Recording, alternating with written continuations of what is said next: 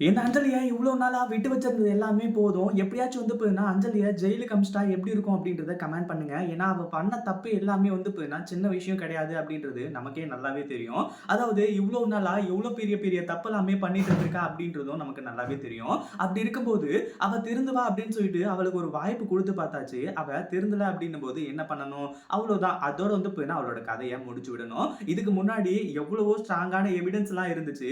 அந்த எவிடன்ஸ் எல்லாம் இருக்கும்போதே அமைதியா வந்து போயினா அவள தூக்கி ஜெயில்ல போட்டிருந்தாங்க அப்படின்னா, இவ்ளோ பெரிய பிரச்சனைகள் தேவையே இல்ல.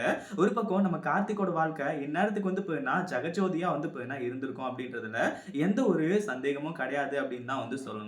அதாவது என்னாச்சு அப்படின்னு பார்த்தீங்கன்னா, இப்போ நம்ம இலக்கியாவும், கௌதமும் வந்துட்டு எல்லா உண்மையுமே வந்து போயினா கண்டுபிடிச்சுட்டாங்க இல்லையா? ஒரு பக்கம் டாக்டரும் வந்து போயினா, "நீ குடிச்சது விஷமே இல்ல" அப்படின்னு சொல்லிட்டு வந்து சொல்லி ரொம்பவே வந்து போயினா அஞ்சலிக்கு தெரியாத மாதிரி இந்த இடத்துல வந்து சொல்ல ஆரம்பிச்சுறாங்க.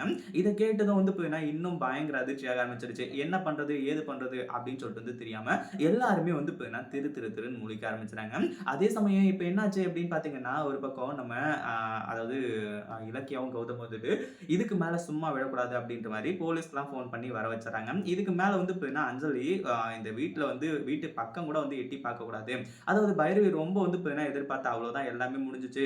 இலக்கியாவ அழிக்கிறதுக்காக அஞ்சலி இந்த வீட்டுக்குள்ள கால் எடுத்து வைக்க போறா அப்படின்னு சொல்லிட்டு வந்து நினைச்சுக்கிட்டு இருந்தான். ஆனா கடைசியில வந்து பார்த்தீங்கன்னா, இப்படி ஒரு பிளான செஞ்சு முடிப்பாங்க அப்படின்னு சொல்லிட்டு எதிர்பார்க்கல. நம்ம இலக்கியாவும், கௌதமும் மாஸ் காட்டுவாங்க அப்படின்ற மாரி வந்து சொல்லி, அதே மாதிரி இப்போ அஞ்சலிய வந்து பார்த்தீங்கன்னா, ஜெயிலுக்கு அனுப்பிச்சுட்டு நம்ம கௌதமும், இலக்கியாவும் வந்துட்டு வீட்டுக்கு போறாங்க. அதாவது இப்போ அடுத்ததா அவங்களோட பிளான் என்ன அப்படின்னு பார்த்தீங்கன்னா, நம்ம பிரியாவ கார்த்திக்கு கல்யாணம் பண்ணி வைக்க போறது தான். உண்மையிலேயே அது ரொம்பவே நல்ல விஷயம் அப்படின்னு சொல்லிட்டு வந்து சொல்லலாம். அதுக்கு முன்னாடி என்னவெல்லாம் நடக்குது அப்படின்னு சொல்லிட்டு பார்க்கறதுக்கு முன்னாடி, இப்ப தான் நம்ம சேனலுக்கு ஃபர்ஸ்ட் டைம் வரீங்க அப்படின்னா, கீழ இருக்க சப்ஸ்கிரைப் பட்டன பிரஸ் பண்ணிக்கோங்க. அதாவது இப்ப என்னாச்சு அப்படின்னு பார்த்தீங்கன்னா, ஒரு பக்கம் நம்ம கௌதமும், இலக்கியாவும் வந்துட்டு, இப்ப என்ன பண்றது? கார்த்திக்கோட வாழ்க்கைய வந்து எப்படின்னா, மறுபடியும் அஞ்சலி கூட சேர்த்து வைக்கலாம் அப்படின்னு சொல்லிட்டு வந்து பார்த்தோம். ஆனா இந்த இடத்துல அது எதுவுமே நடக்காம போயிடுச்சு. அதாவது அஞ்சலி திருந்தவே மாட்டா அப்படின்ற ஒரு விஷயம் தெரிஞ்சு, இதுக்கப்புறம் நம்ம என்ன பண்றது?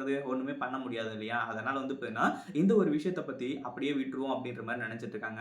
அந்த நேரத்துல நம்ம பிரியா ஃபோன் பண்றாங்க. எதுக்காக அப்படின்னு பார்த்தீங்கன்னா, ஏற்கனவே கார்த்திக்கோட ஞாபகமாகவே அவங்க இருந்துட்டு இருக்காங்க. அங்க என்னாச்சு? ஏதாச்சு? அப்படின்றது எல்லாத்தையுமே வந்து பார்த்தீங்கன்னா, தெளிவா வந்து கேட்கறதுக்காகவும், கார்த்திக்கோட வாழ்க்கை வந்து பார்த்தீங்கன்னா, இப்போ ஓகே தானே, ஒண்ணும் பிரச்சனை இல்ல தானே, அஞ்சலி வந்து பார்த்தீங்கன்னா, எந்த பிரச்சனையும் இல்லாம சமத்தா வந்து பார்த்தீங்கன்னா இருக்காங்க தானே அப்படின்ற மாரி கேட்டு தான் ஃபோன் பண்ணாங்க. "பிரியா நீ சரியான நேரத்தில தான் ஃபோன் பண்ணியிருக்க. நான் ஒண்ணு கேட்கிறேனே தப்பா எடுத்துக்க மாட்டல்ல" அப்படின்ற மாரி சொல்லி நம்ம கௌதமும், இலக்கியாவும் வந்துட்டு இப்போ தப்பா எடுத்துக்காத அப்படின்ற மாரி வந்து சொல்லி தான் இந்த ஒரு விஷயத்த கேட்கறாங்க.